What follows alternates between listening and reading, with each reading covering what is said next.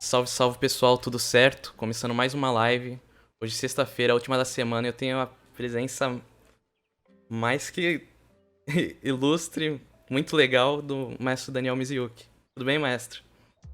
Tudo bem, para mim é um super prazer, né, de estar aqui batendo esse papo com o Léo, né, que é um cara que tem uma iniciativa super importante para divulgar um pouco mais da cultura, da arte, né?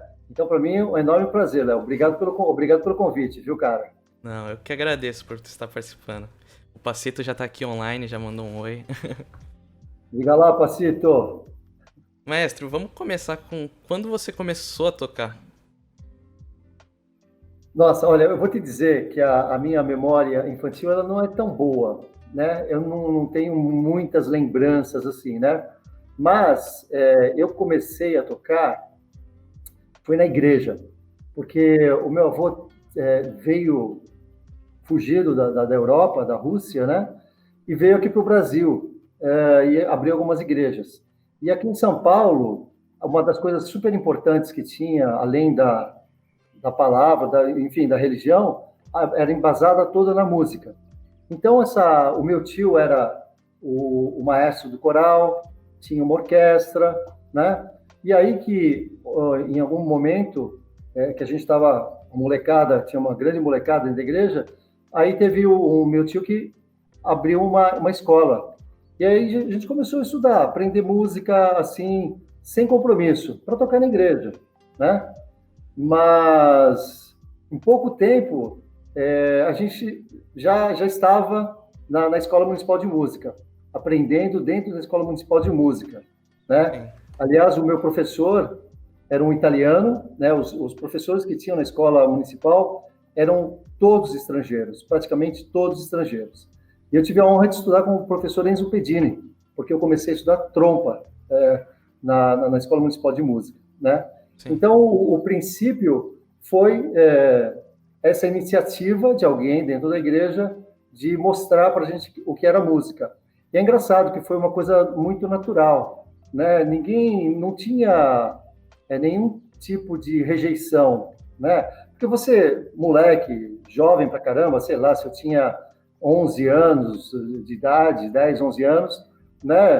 A gente queria mais jogar bola e fazer, né? Mas não, era legal, porque se não me engano, as aulas eram de as terças e as quintas, né? Então a gente se esperava, porque primeiro que a gente ia encontrar os amigos, Sim. né? E segundo que a gente ia descobrir alguma coisa nova. Tinha que solfejar o bona, porque no começo a gente aprendeu mais a teoria mesmo, né? Não é assim como é no método Jafé, que a gente aprende tudo de uma vez, mas mais a teoria mesmo, né? E aí depois que foi oferecido os instrumentos para a gente. Ah, sim. Mas foi você que escolheu a trompa ou escolheram pra você?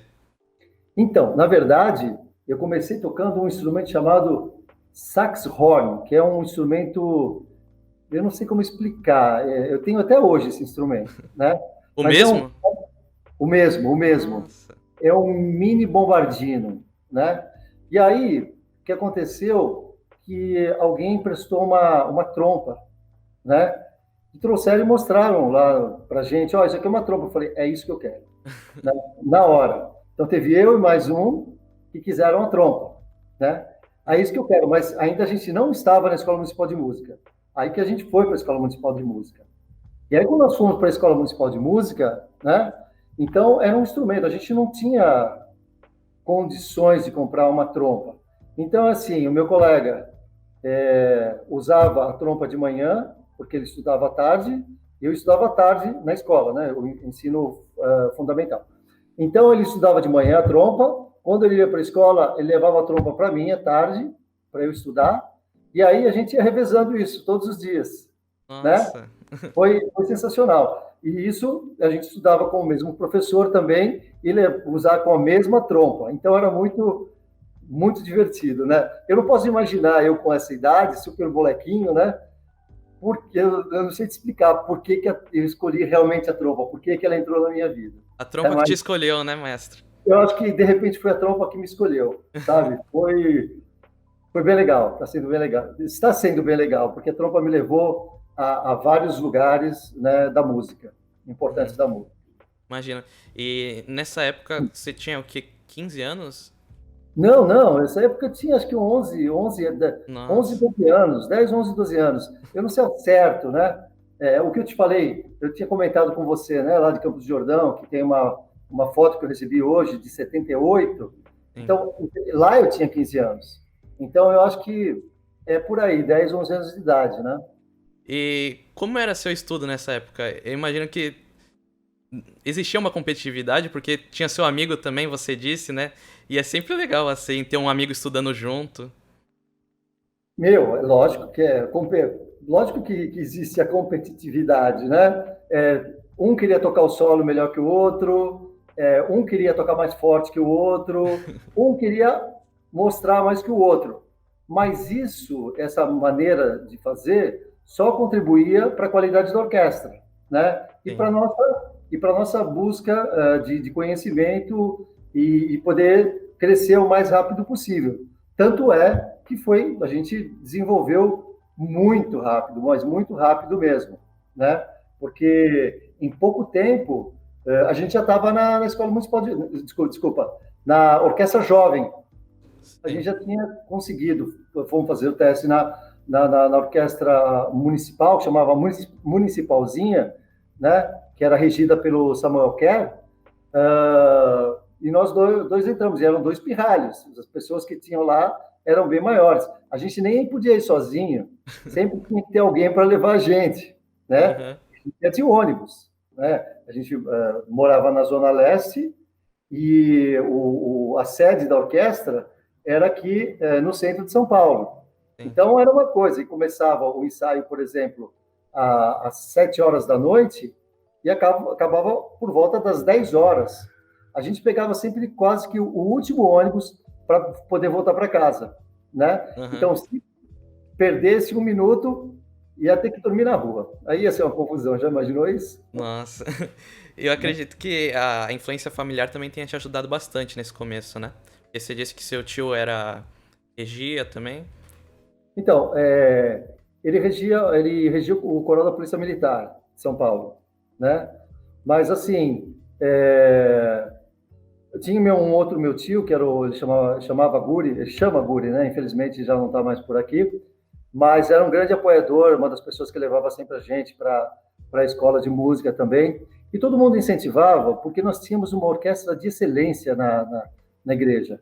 E todo esse pessoal que mora ali naquela região da Vila Bela, Vila Zelina, Vila Alpina, que é um povo eslavo, frequentava essa igreja. Então, era uma orquestra sensacional. Tinha gente que vinha de fora para assistir orquestra. Tinha uma orquestra e um coro, né?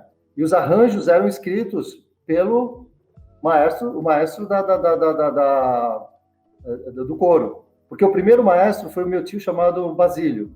E quando ele teve que se mudar para os Estados Unidos, ele entregou a batuta para esse outro tio que chama José Minchuk. Ele não é um tio diretamente tio, mas é uma família tão grande que todo mundo se considerava como, e se considera como até hoje. Mas tem muita gente, muito músico, que saiu exatamente dessa primeira aplicação de música na igreja, pelo meu tio, que hoje ocupam cadeiras nas principais orquestras aqui de São Paulo e até fora de São Paulo, né? Sim. A Ayla mandou boa noite também. Muito obrigado, Countdown, pelo follow. E maestro, e você tocou também em grupos de câmara?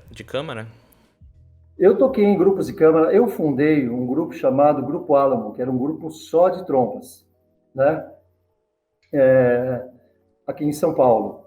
Era um formato só de trompistas, a gente tocava música erudita e também música popular. Então, nós inseríamos no grupo uma bateria e um baixo acústico, né? Para fazer jazz e isso tudo. Até o contrabaixista, ele tinha uma carreira super, assim, importante de tocar com grandes nomes da música popular dentro e fora do Brasil. Ele foi contrabaixista do Frank Sinatra, para você ter uma ideia do cara, né? E a gente fazia concertos em teatros, levava esse grupo para escolas. A gente gostava muito de levar a música para outros lugares. E eu também toquei no quinteto de sopros da Orquestra Sinfônica Municipal, né? A gente chegou a fazer concertos e concertos com a orquestra, como solistas da orquestra, né? Porque nós tinha uma sinfonia concertante, então os primeiros de cada naipe faziam os solos, né? Então foi uma coisa bastante importante, Que né? legal. Legal. E com orquestra, você participou de quantas orquestras tocando? Tocando, bom, olha, eu passei como eu já te falei, a Jovem Municipal, depois eu tocava na Jovem Municipal, na Orquestra Juvenil do Estado, que era regida pelo maestro John Nash, ele foi um dos fundadores da orquestra. Então eu tocava nas duas, porque eram dias alternados, né? Eu podia tocar nas duas. Aí depois, logo depois, eu já entrei na Sinfônica Municipal, né? E eu toquei na orquestra, tocava algumas vezes a convite da Orquestra Sinfônica do Estado também, né?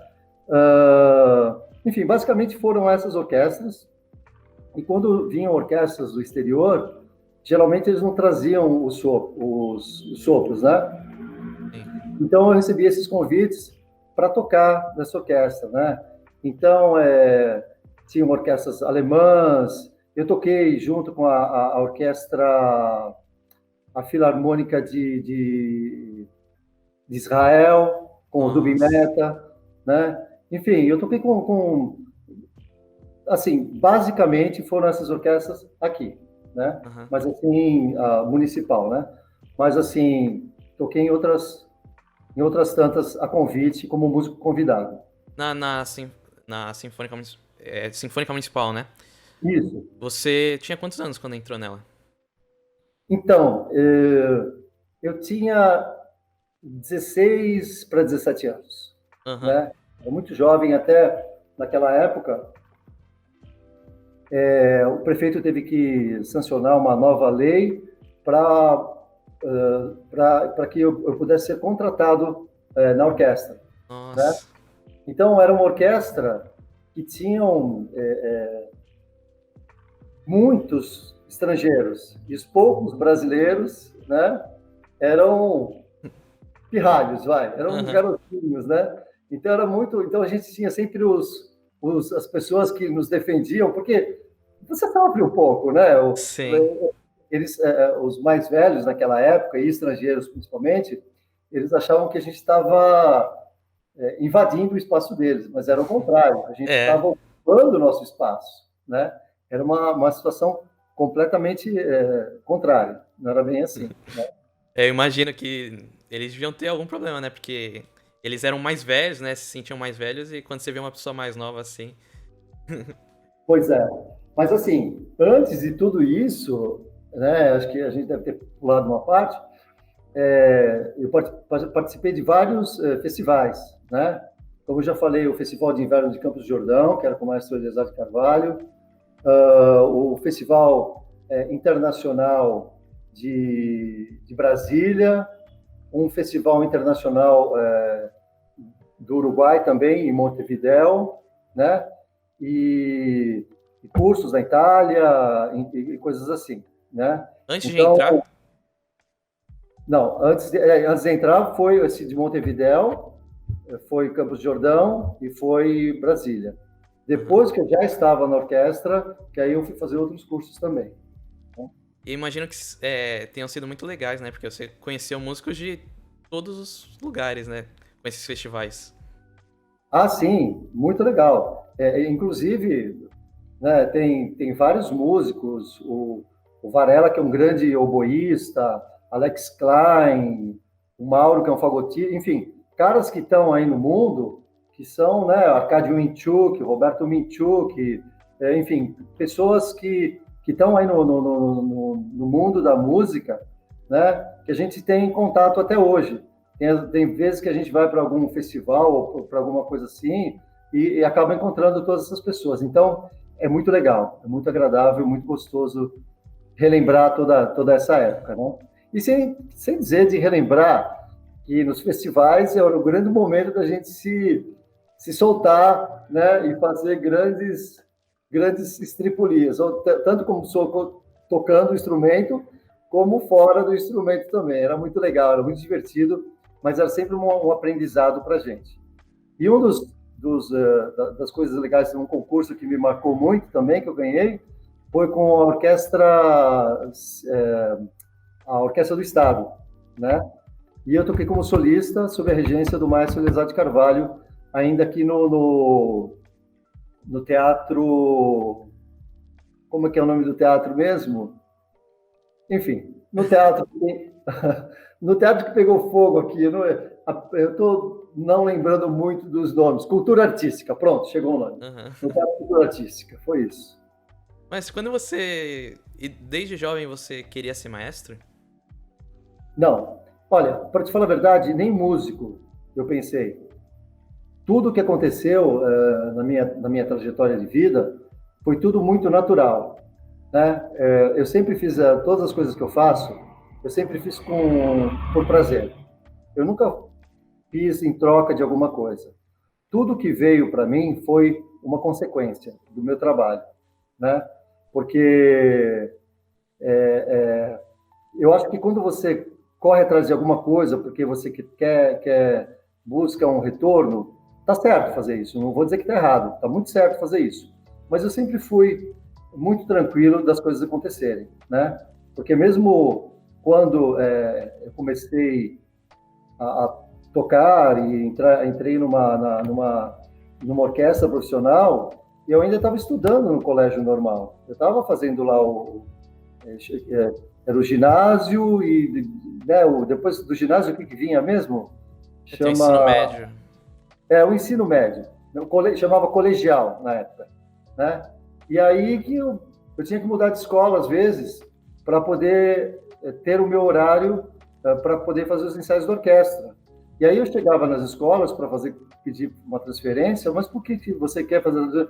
Ah, porque eu sou músico. Ah, músico todo mundo. Não, mas eu trabalho já. Ah, como assim você trabalha? Eu trabalho na Sinfonia Municipal. Como você trabalha na Sinfonia Municipal? Aí eu trazia um documento da prefeitura, os caras, né? Aí ajeitavam, ou seja, no período de quase 2 anos, eu estudei em quase todas as escolas do bairro. Nossa. Porque eu tinha que ir mudando de escola para adequar. Na temporada lírica, que tem as óperas, eu não podia até o horário. Então eu estudei em muitas escolas de manhã, ou se não à tarde, ou se não à noite. Era uma coisa assim, muito legal, mas sempre muito natural. Então, assim, eu nunca pensei em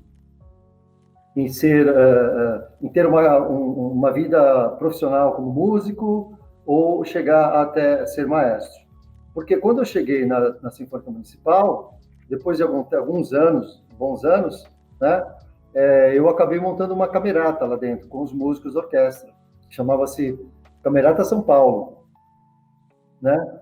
E a gente fazia vários concertos em vários lugares, né? Então, essa Camerata São Paulo era formada por músicos da orquestra, ou seja, por colegas que tocavam junto comigo na orquestra. Eu tocava na orquestra e acabava regendo esses colegas, né? E era muito interessante, porque era um grupo, uma orquestra de câmara de uma orquestra tão importante que é a Sinfônica Municipal. Né? Legal. Eu acredito que o pessoal que estudava com você, de repente, tinha até uma inveja, né? De, tipo, você já trabalhar, já ter uma carreira enquanto estava na escola. Olha, você fez uma pergunta interessante, porque eu nunca percebi alguma inveja. Eu era tão, assim, de boa, né? Que se existiu esse sentimento, eu acho que, para mim, passou batido, né? Eu tinha alguns colegas, né, alguns amigos de escola, que tinham o maior orgulho de falar, pô, meu, o cara é músico, o cara toca numa orquestra, o cara vai viajar toda hora para outros países, nananana, né? E eles vinham sempre como perguntar, né? Mas, assim, eu nunca fui muito de ser metido a besta, de ser nariz empinado ou coisa do gênero. Eu sempre fui numa boa, né? Eu sempre fui assim como eu sou. Eu nunca nunca tive grandes coisas de achar pessoas diferentes, né? Aham. Eu sempre acho que todo mundo tem a mesma oportunidade e o mesmo direito. Depende de você conquistar o que você precisa, né? A Clara fez uma pergunta aqui. Ah, O maestro já falou qual o concerto favorito dele pra tocar e pra reger. olha, para tocar e para reger, a minha sinfonia predileta, apaixonante, é a sétima de Beethoven, né? E também os concertos de trompa, os concertos de Mozart ou se não de Strauss, como solista, né? Agora, para reger, deixa eu pensar. Se eu falar alguma, eu vou ser injusto. Aham. Eu acho que existem momentos específicos e especiais para você ter uma obra predileta. Depende do seu momento de vida, né?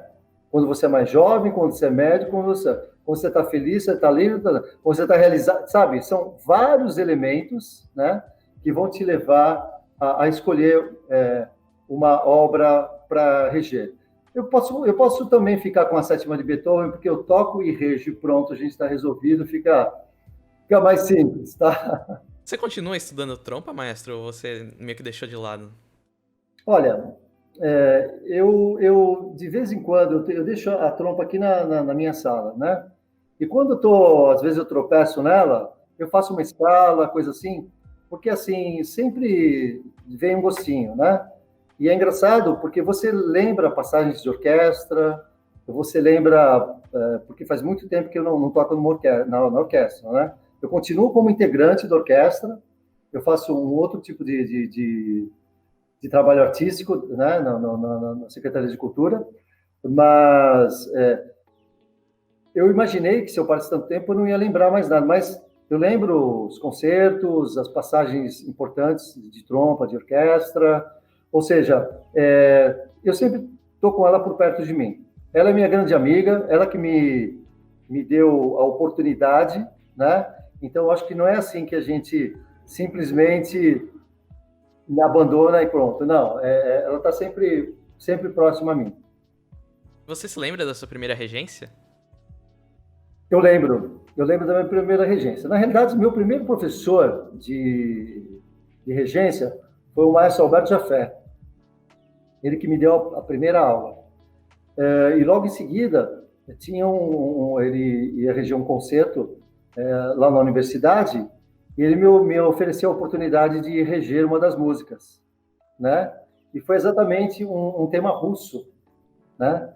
E, e foi muito, muito emocionante, porque, primeiro, que tenho essa descendência, está no meu sangue essa questão da dor, da tristeza, o povo eslavo, o povo russo, né? E segundo, a oportunidade que o maestro Alberto me deu e me dá especificamente essa música. Então, foi assim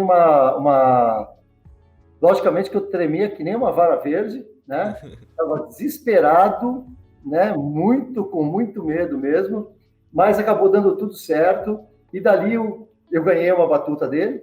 Aí dali para frente, Foi criando gosto, né? aí você pegou gosto, não tem mais como, né?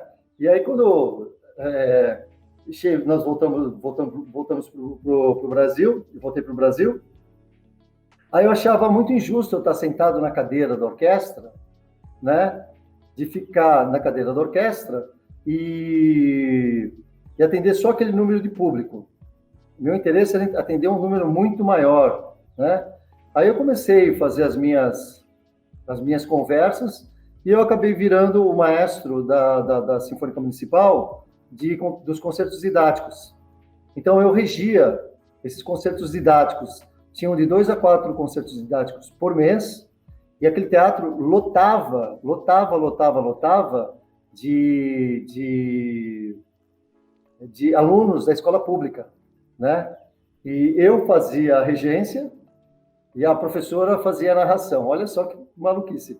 Eu era trompista da orquestra e ela era violinista da orquestra. Então era uma coisa que acontecia assim, muito legal, né?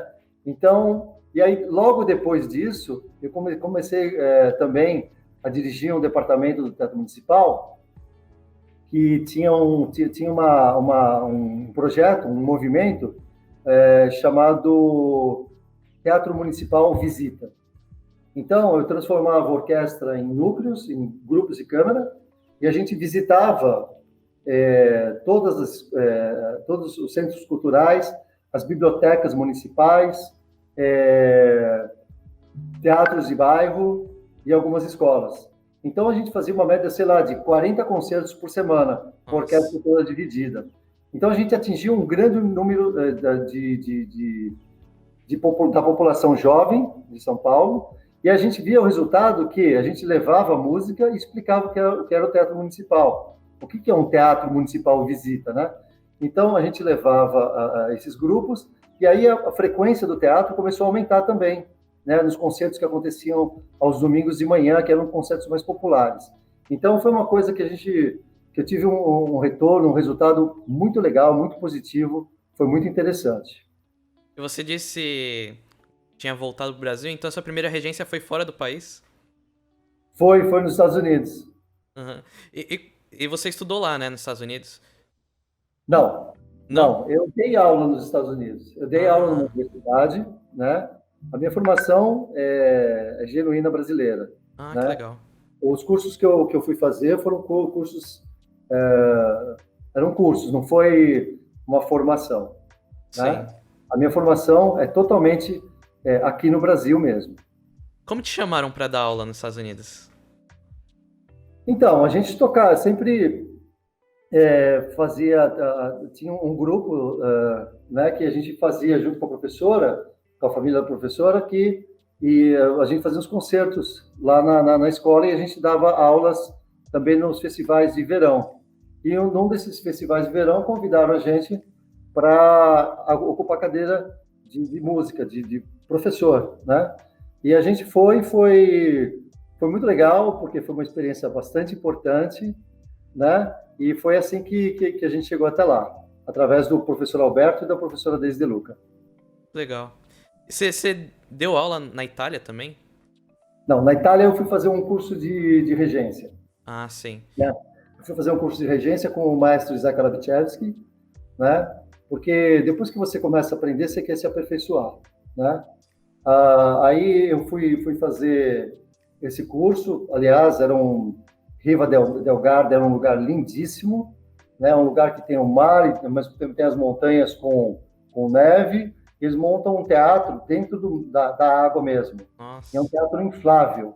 Era uma coisa muito legal, porque você acordava todo dia pela manhã, né? Onde a gente ficava alojado, então você via aquela paisagem maravilhosa. E quando você ia para as aulas de regência, que era uma orquestra formada por grandes músicos, os Spalas eram ou da Filarmônica de Berlim, ou enfim, de grandes orquestras, né? E os estudantes de música também, que eram selecionados para integrar essa orquestra. E as aulas, a vista que você tinha, era tudo transparente atrás da orquestra. Então você via todo aquele mar, né? Enfim. Mas o legal é que eram 24 horas de estudo, né? Você tinha os ensaios de manhã, as aulas práticas, depois tinha as aulas teóricas com todos os alunos de regência, com o maestro Isaac, aí depois à tarde tinha um ensaio de novo, e depois do ensaio tinha um novo encontro para debater tudo aquilo que foi feito. Então era uma imersão, assim, extraordinária, para você saber tudo o que você tinha para a regência, né? Então foi uma coisa bastante legal, foi bastante importante, bastante impressionante. Imagino que tenha sido uma experiência única, né? Isso. Não só do lugar, como o estudo. Eu descrevo o lugar para você ver o tamanho da importância que foi esse curso, do tamanho de juntar um grande maestro dando aula, que é o maestro Isaac Alavichevsky, que eu tive um grande prazer de ter aulas com ele, ou seja, é uma beleza, uma complementa a outra. A arte com a paisagem, som, a imagem. Então, essas coisas são as coisas que caminham juntas, né? Muito sensacional e importante. E você sente a diferença do estudo de cada país? Tipo, para onde cada país leva um estudo da música? Não, não vejo. Eu vejo completamente igual. Dizem que é a linguagem universal a música, né? Mas eu acho que o universal são os seres humanos que fazem a música, que produzem, que praticam, que aprendem a música, né? Nem todo mundo, às vezes, está disposto a se entregar completamente para a música, né? Então, eu acho que é quem está envolvido com a música, né? Logicamente que nós temos situações que o tipo de didática é um pouco diferente pela situação de cada país, pela situação cultural de cada país, pela situação econômica de cada país, né? Porque para você ter uma boa escola, você tem que ter um suporte importante financeiro para manter essas escolas, né? As escolas que nós temos nos Estados Unidos ou na Europa são escolas de excelência, porque eu acredito que elas têm um recurso bastante importante, né? Para aplicar isso no desenvolvimento dos alunos, né? Das pessoas que querem fazer música. Então, assim, eu acho que o tipo de didática, o aprendizado é o mesmo, né? Dadas as proporções da condição cultural e financeira que o país tem, econômica que o país tem, né? Uhum.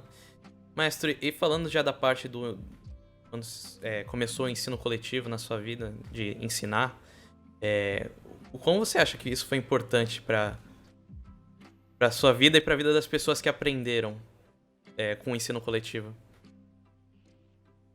Olha, para a minha vida, é uma coisa, eu não sei como te explicar isso, mas é um combustível, né? É uma coisa que me traz, sempre renova as minhas energias, né? Porque você compartilhar, né,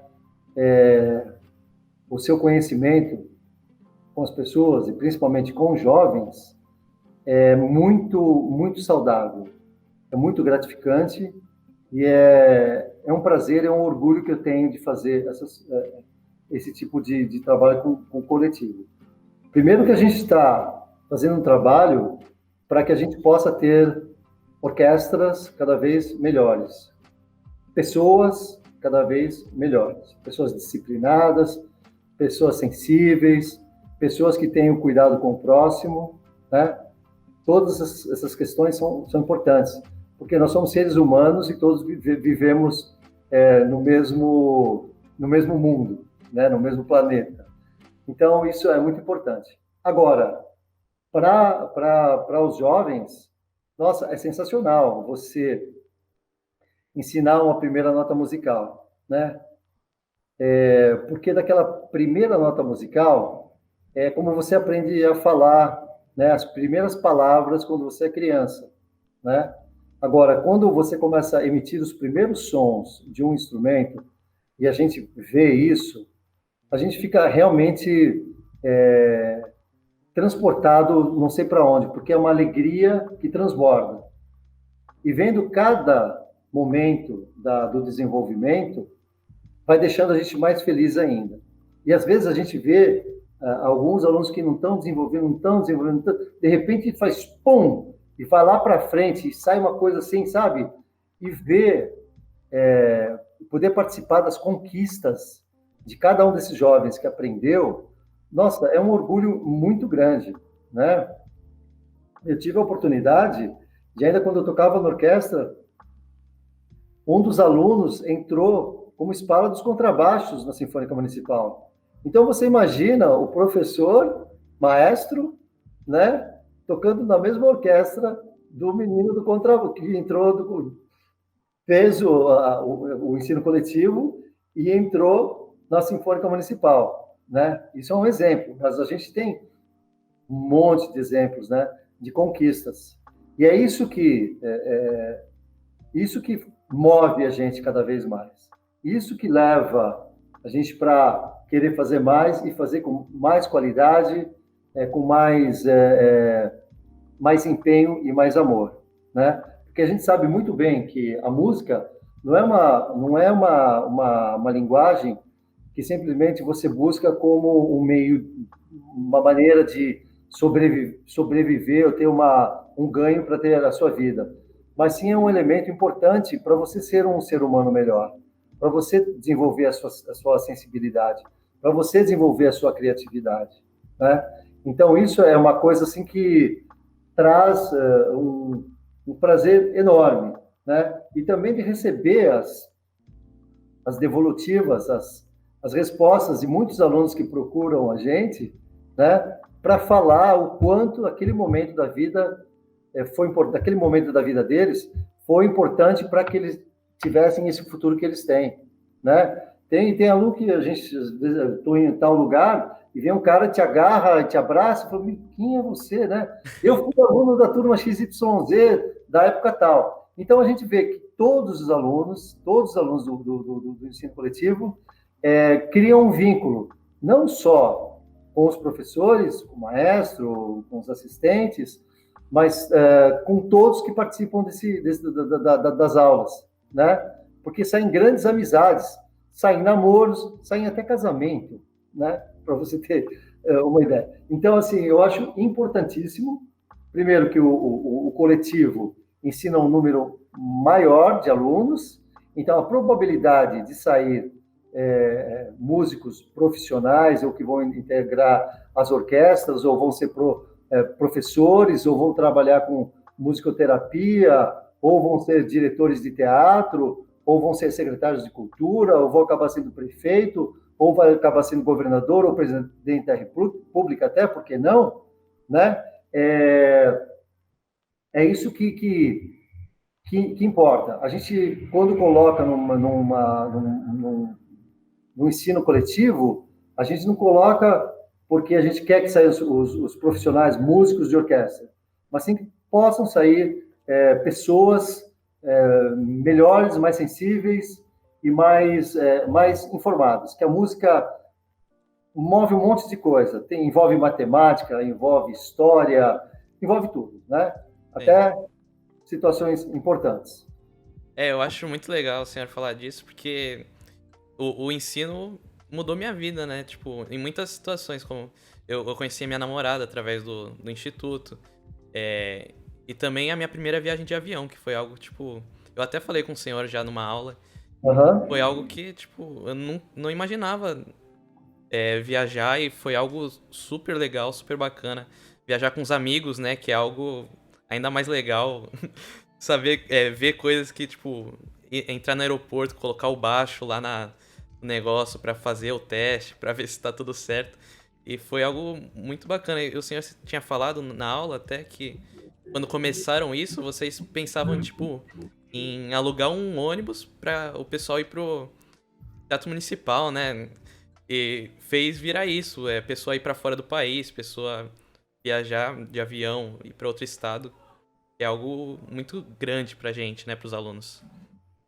Você viu como a música é uma coisa importantíssima? Quantos elementos você acaba desenvolvendo? Porque a música tem esse poder.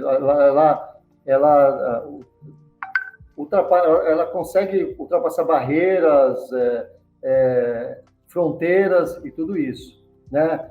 A experiência de você ter que ir lá despachar seu baixo, entrar no avião, descer do avião, essa responsabilidade toda, tudo isso faz parte do aprendizado que a música te oferece, né? Sim. Porque ela pode te levar para qualquer lugar do mundo que você for, e você pegar o seu contrabaixo e começar a tocar, alguém vai chamar a atenção das pessoas, né? Sim. Mas assim, esse elemento importante que a música traz, essa oportunidade de você andar a primeira vez de avião, e outros tantos jovens que a primeira vez de avião que eles andaram foi entrar aqui em São Paulo e descer em Nova York, ou entrar aqui em São Paulo e descer na Flórida, ou entrar aqui em São Paulo e descer em Paris, né? Isso é uma coisa que você pensa assim, ó, é impossível. Não, é possível.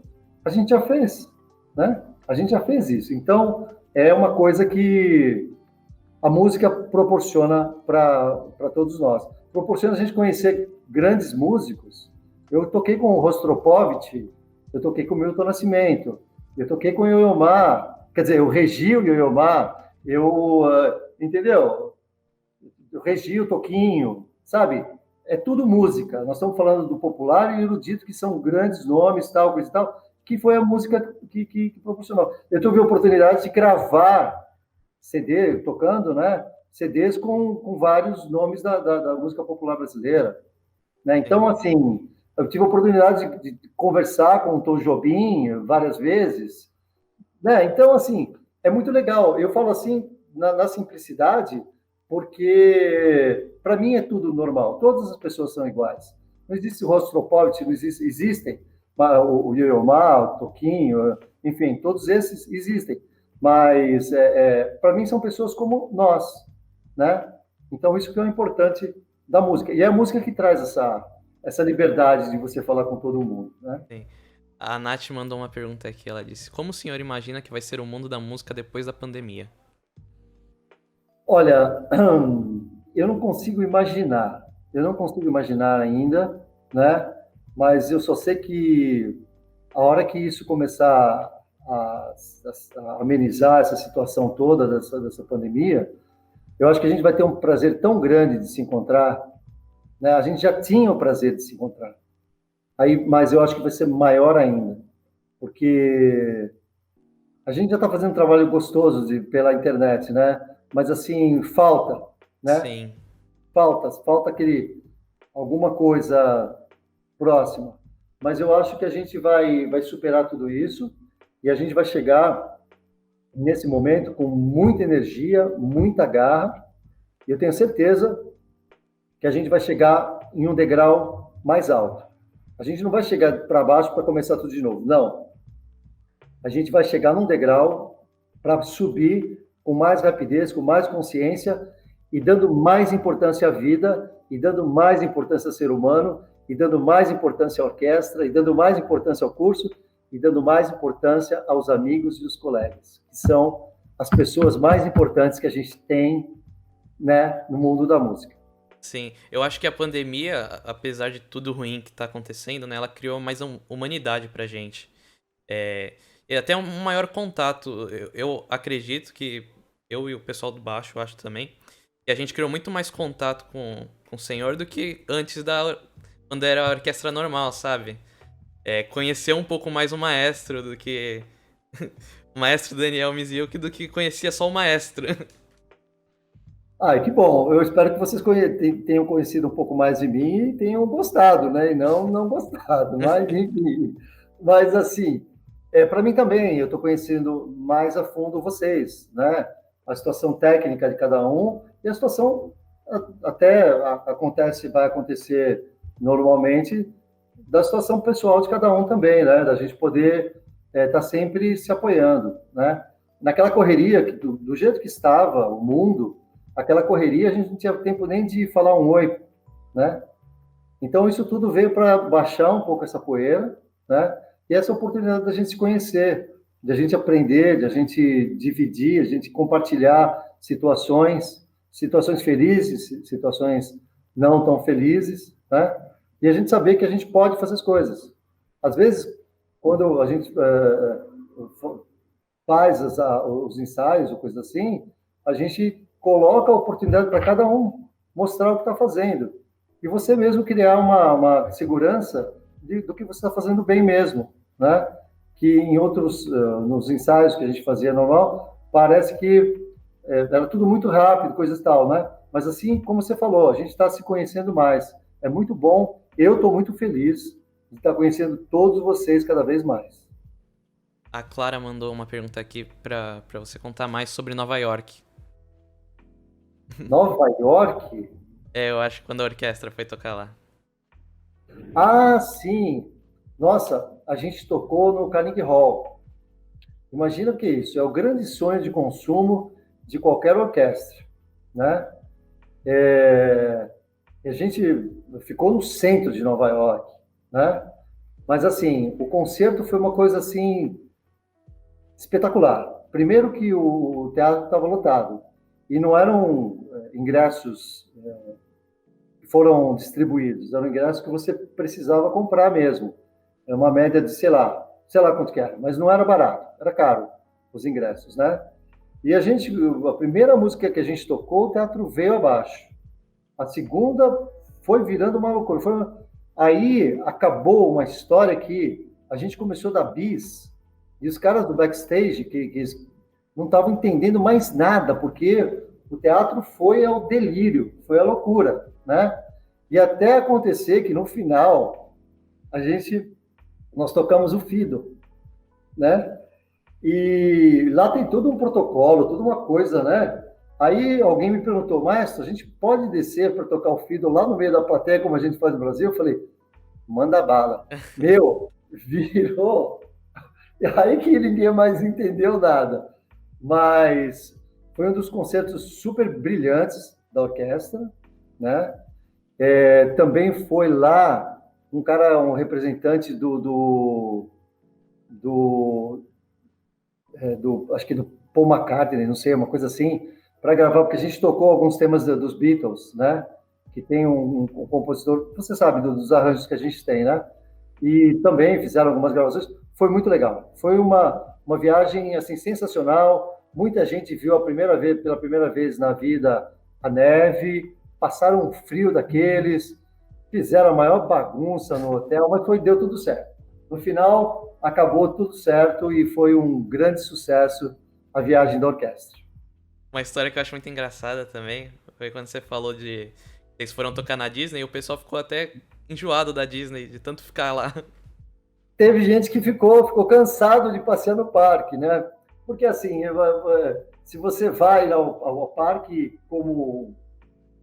como é que fala isso? Como Visitante? um visitante, né? Um turista é uma coisa. Agora, quando você vai como atração, a orquestra ficou num hotel dentro da Disney, coisa e tal, e a gente tocou, foi muito legal também. Talvez tenha essa coisa. Mas, assim, um ou dois, vai. Um ou dois. O restante se esbaldou, porque não dá para ficar irritado, de ficar cansado de passear no parque da Disney, né? Uhum. Maestro, e a gente já tá chegando quase 1 hora. Eu vou. Ah, Foi muito legal. Eu vou fazer mais algumas perguntinhas aqui. Quem quiser também deixar as últimas perguntas. Porque é o que eu acho, né? Que pra falar sobre sua vida teria que ter um livro. Ou 4 horas de live. quem sabe um dia. Mas tem uma história muito legal que aconteceu com o senhor, que foi quando o Teatro de Americana desabou, né? Você foi tocar lá. E o teatro desabou por inteiro. Você se lembra como foi esse dia, o que aconteceu, como foi a hora? Eu lembro perfeitamente. Eu acho que vocês poderiam até procurar, não sei se quem está acompanhando a gente, procura no YouTube, sei lá, no Google vai aparecer acidente de Americana. Eu lembro muito bem, porque era uma inauguração de um teatro, né? A inauguração E, ainda. na realidade, reinauguração, porque eles tinham reformado o palco, né? E então, assim, era o palco e tinham os camarins, eram subindo ainda mais 2 andares, com a mesma estrutura. Mas a sorte que subiu de poucas em poucas pessoas e coisa e tal, né? Aí nós fizemos um ensaio, foi feito passagem de som, fizemos uma passagem de som, aí foi toda a orquestra para o palco, né? Quando chegou no palco, o maestro entrou e como era a reinauguração, era uma coisa, uma solenidade, toca-se o hino nacional. Então, o maestro chegou, quando ele chegou, todo mundo levantou, a orquestra levantou, o coro levantou e começou. Afundou. E ninguém sabia o que estava acontecendo. A plateia saiu correndo, eu vi isso na gravação depois, né? A plateia subiu correndo. A minha sorte é que eu tocava a trompa e a trompa fica aqui na frente. Ela desceu raspando na parede. Então eu machuquei só os joelhos, né? E aqui do lado direito, no naipe das trompas, tinha um piano de cauda. E esse piano de cauda ficou meio que balançando. Se ele caísse, ele ia cair em cima da gente. E a nossa sorte é que tinha uma brigada do Corpo de Bombeiros, e logo que eles perceberam isso, eles desligaram a água, porque eram 4 metros de altura o palco, né, até o chão. e começou a encher de água, e toda a fiação estava lá. Então, se ficasse a luz ligada e a água, ia morrer todo mundo que estava no fosso, porque ali era um fosso, né? Nossa. E momentos antes, o Spala, antes de entrar, ele estava brincando lá embaixo, andando embaixo desse palco, né? Ou seja, poderia ser uma tragédia muito pior do que foi. Então, para vir voltar daquele concerto, tinha os ônibus dos acidentados, porque muita gente teve que ir para o pronto-socorro, inclusive eu. Então, é engraçado, porque o ônibus que eu vim tinha gente com perna quebrada, perna para cima, e todo mundo de casaca, tudo vestido ainda de gala, né? Foi muito. Foi uma tragédia, mas assim, de você lembrar que você saiu bem e que aquilo foi bem engraçado, né?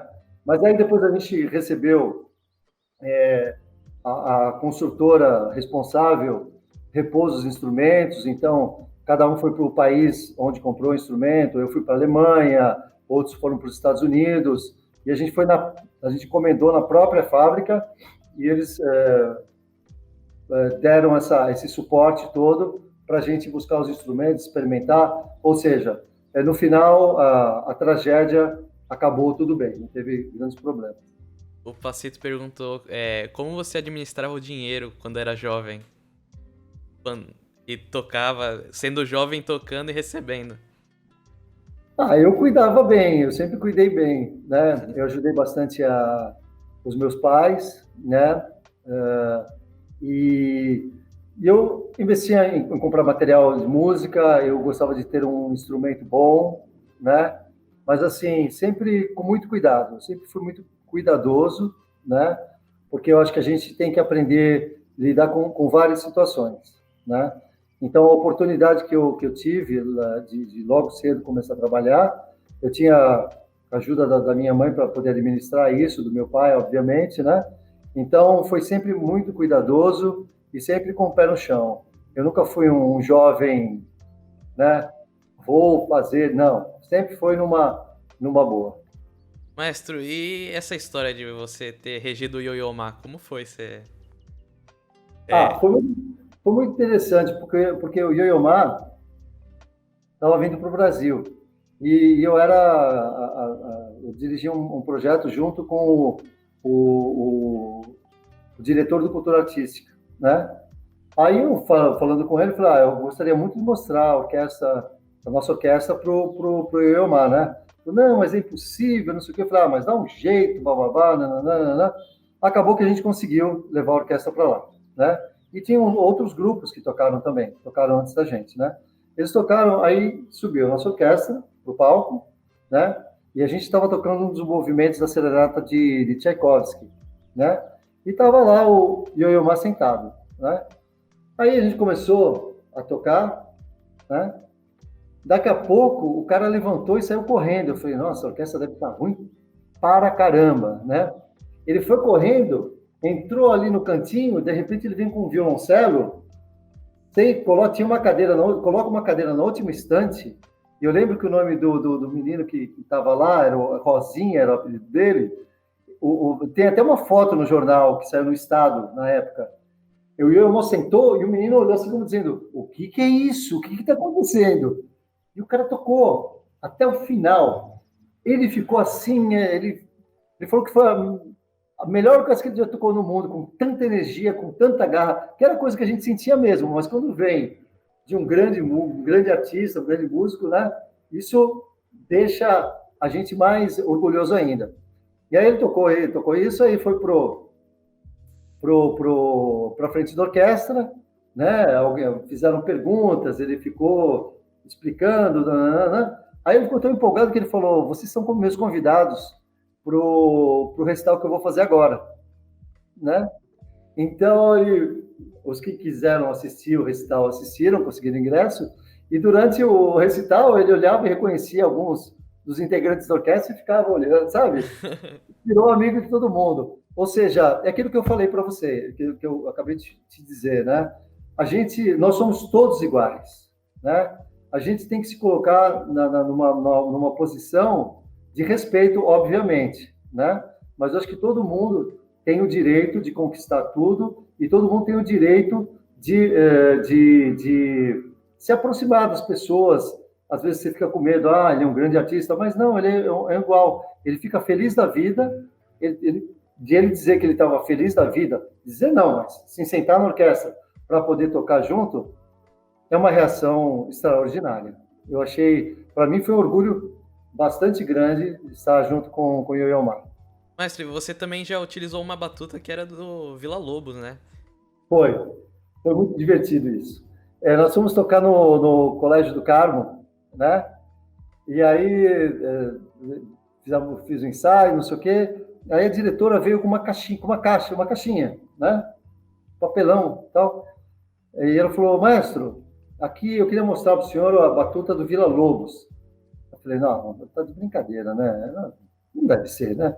Aí eu abri essa caixinha e tinha uma dedicatória dentro dessa caixinha do Vila Lobos, escrita por ele, né? E tinha uma impressão que foi feita também na batuta do Vila Lobos, né? Aí ela falou: o senhor poderia reger o concerto com a batuta do Vila Lobos? Falei: tá bom. Lógico que obviamente que eu aceitei de imediato, né? Aí foi sensacional. E aí, no final, ainda, ela veio com a caixinha novamente e falou: maestro, o senhor poderia colocar uma dedicatória ao lado da dedicatória do Vila Lobos? Pô, eu falei: caramba, como? Ganhei na loteria, né? Sensacional, né? Um grande gênio, um grande mestre, né? E aí eu fiz a dedicatória, tirei uma foto com a batuta, lógico, né? Aí guardou, ela falou: bom, agora essa batuta vai voltar para o cofre. Eu acho que essa batuta deveria ficar em exposição, né? Mas, assim, é uma relíquia, é uma joia, né? Mas que foi uma oportunidade e mais um dos presentes que a cidade de Santos me deu. Um dos presentes que a cidade de Santos me deu foi como é que se fala? A cidadania? Que fala? É assim que fala, não? É o título de cidadão, não é? Título de cidadão honorário, é assim que fala? Acho que deve ser assim que fala, né? De eu ser santista. Então, a cidade de Santos me deu tanto presente, né? Mas, assim, chegar a reger com a batuta do Vila Lobos foi uma das coisas sensacionais e me marcaram bastante coisa na minha trajetória. Aliás, maestro, eu acho que eu não sei disso. Como foi a escolha de Santos para ser o local do Instituto? Nós fizemos em vários lugares. A gente fez em Campinas, a gente fez no Rio, a gente fez aqui em São Paulo, a gente fez... E foi Santos. Mas, assim, é porque existiam polos do Instituto nessas cidades, né? Então, eles iam escolhendo esses lugares para colocar o programa de música logo depois que começou aqui em São Paulo. Uhum. Legal. Maestro, muito obrigado pela live. A gente chegou Mas aqui... já acabou? Não tem graça, assim. Já vai acabar? A gente pode continuar mais um pouquinho. Não, pode perguntar. Cadê as perguntas aí? Pessoal, se vocês quiserem também mandar... Maestro, você tem algum lugar que foi especial que você regeu? Tipo, qual foi o lugar que você mais se emocionou, que mais teve? Eu acho que todos, viu? Em cada lugar que eu regi, eu sempre tenho um impacto, uma lembrança gostosa. Cada lugar é um momento. Para mim, reger no Carnegie Hall e reger no Teatro Municipal de Santos, reger no Teatro Colón, reger no Coliseu, ou reger nas escolas, ou reger o Teatro Municipal, ou reger Sala São Paulo, ou reger na França, ou reger na Itália, todos os lugares são especiais, porque o especial é para quem a gente está levando a música, né? Uhum. O especial é o público, é a gente compartilhar aquilo que a gente tem que faz super bem para nós, né? Então, o local físico talvez não importe tanto para mim. Importa sim, o que importa é o ser humano que está recebendo essa informação, é o ser humano que está passando essa informação, né? E isso eu gostaria que todos vocês tivessem dentro de vocês, né? E continuassem esse compartilhamento e continuasse essa pulverização de arte, de música, porque só dessa maneira a gente vai conseguir ter um mundo melhor. Porque quando a gente faz uma coisa com entrega, com amor, a gente consegue ter uma natureza melhor, a gente consegue ter políticos melhores, a gente consegue ter todo e qualquer tipo de pensamento de uma maneira mais saudável. A gente consegue ter uma saúde melhor, né? Então, no meu sentimento, é sempre assim. E sempre depois de cada concerto que eu tô lá, que foi desgastante, é engano, é o inverso. Ele foi combustível. Ele me energizou cada vez mais, né? Uhum. E maestro, o que você gosta de ouvir além de música clássica? O que você coloca no carro pra ouvir? Eu gosto de MPB, eu gosto de rock, né? Rock pauleira, né? Às vezes no último volume, né? Mas assim, são as minhas duas pegadas, assim, é mais MPB e rock mesmo. Eu não sou de ouvir, eu não entendo muito bem o sertanejo, eu não entendo muito bem o funk, eu não entendo muito bem alguns estilos de música, né? Mas assim, se estiver tocando também, se está tocando MPB ou rock, vai passar um sertanejo ali no meio, eu não vou mudar de estação, eu vou ouvir para também aprender a curtir, né? Então, é isso que acontece. Né? Uhum. E o que você considera uma música boa? Você acha que é mais o sentimento, a complexidade? O que você acha que faz uma música ser boa? O que faz uma música ser boa é o sentimento. Com certeza, com certeza.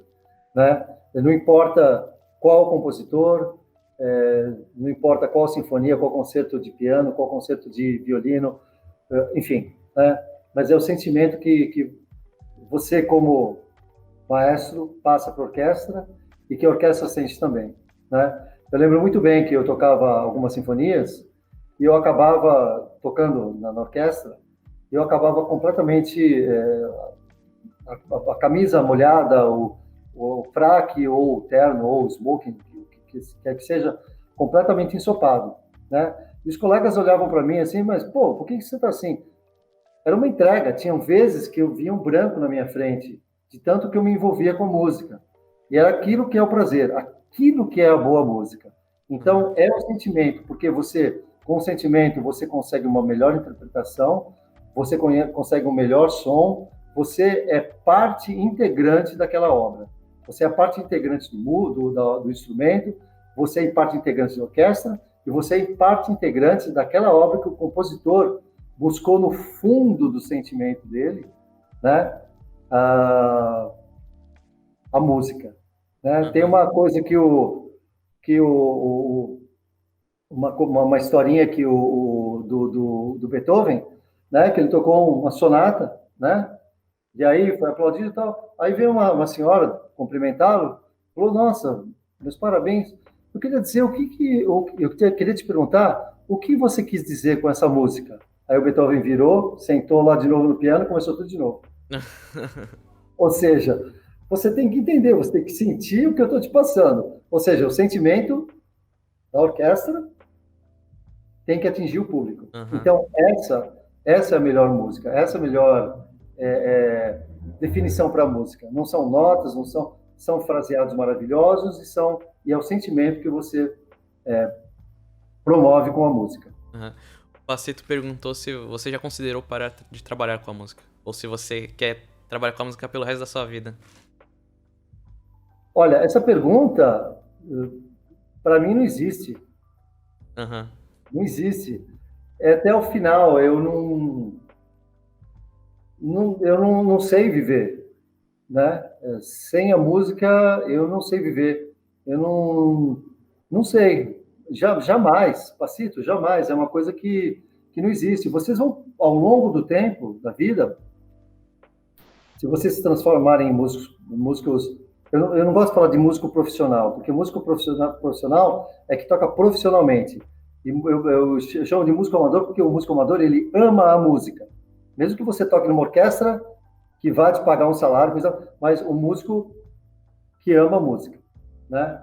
Então é impossível. Você jamais se desliga, jamais, né? Você vai estar sempre buscando caminhos, você vai estar sempre buscando novas fontes de informação, né? E a música é o combustível, é a energia, é a bateria, é toda a sua força, né? Eu lembro de um vídeo do Antônio Abujanra dele falando, né, que a melhor morte pro artista é dentro do palco. É, é verdade. É verdade. E esse André Bujanra é nota 10, né? Eu já acho que eu comentei com você que eu gravei um dos primeiros CDs dele, do como é que chama mesmo o grupo? Os Mulheres Negras. Mulheres Negras, né? Eu fiz um trabalho também com o Maurício Pereira. Maurício Pereira também, que a gente apresentava concertos no interior de São Paulo juntos. É, enfim, ele é um cara sensacional. As letras das músicas deles falam muita coisa também, né? Às vezes acho que é uma brincadeira, só aquela hora que ele canta em russo é uma coisa muito engraçada que ele faz, mas enfim, é exatamente isso. O músico, a grande morte do músico morrer no palco, não tem como falar. Eu gravei um dos primeiros discos também, não sei se vocês conhecem, ouviram já falar, o Arrigo Barnabé. Eu já ouvi falar. Já ouviram falar? Pesquisa um pouco sobre esse cara. Esse cara é sensacional também. Ele é dessas músicas alternativas, coisa e tal, Sim. né? Com a TT Espíndola. Esse cara, não é da vossa época, né? Mas, enfim, são caras que foram importantes na história da música. Sim, e Né? você gravou muita gente, já gravou coisa pra muita gente, né, maestro? Bastante gente, bastante gente. Eu tive muita sorte, né? Tive um Aham. prazer de fazer muitos jingles de produtos que vão para a TV. Então era muito legal você ouvir de repente uma propaganda e saber que o som da trompa era seu, que estava Aham. passando lá, né? Então era muito divertido, né? Era muito divertido e com grandes músicos, né? Porque eu logo cedo entrei para o mundo da música. Então, como eu tinha, sei lá, eu não sei, não é que eu tinha facilidade, acho que eu tinha sorte mesmo, sabe? E aí as pessoas me chamavam para gravar e eu gravava sempre com trompistas importantes também.